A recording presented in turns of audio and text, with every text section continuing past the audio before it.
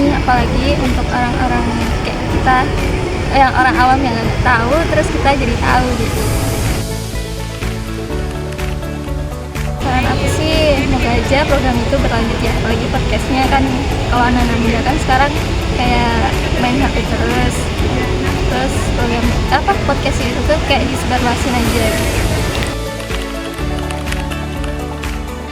Assalamualaikum warahmatullahi wabarakatuh.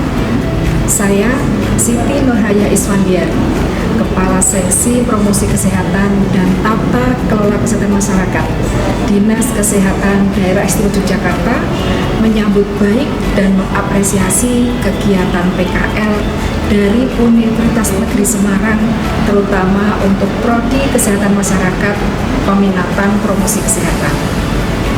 Kegiatan magang ini akan mendukung skill dan juga kemampuan mahasiswa untuk memahami dunia kerja yang sesungguhnya. Satu kata untuk kegiatan PKL SKM Penggerak 2025, aktif, inovatif, dan mendatangkan manfaat untuk kesehatan masyarakat. Assalamualaikum warahmatullahi wabarakatuh.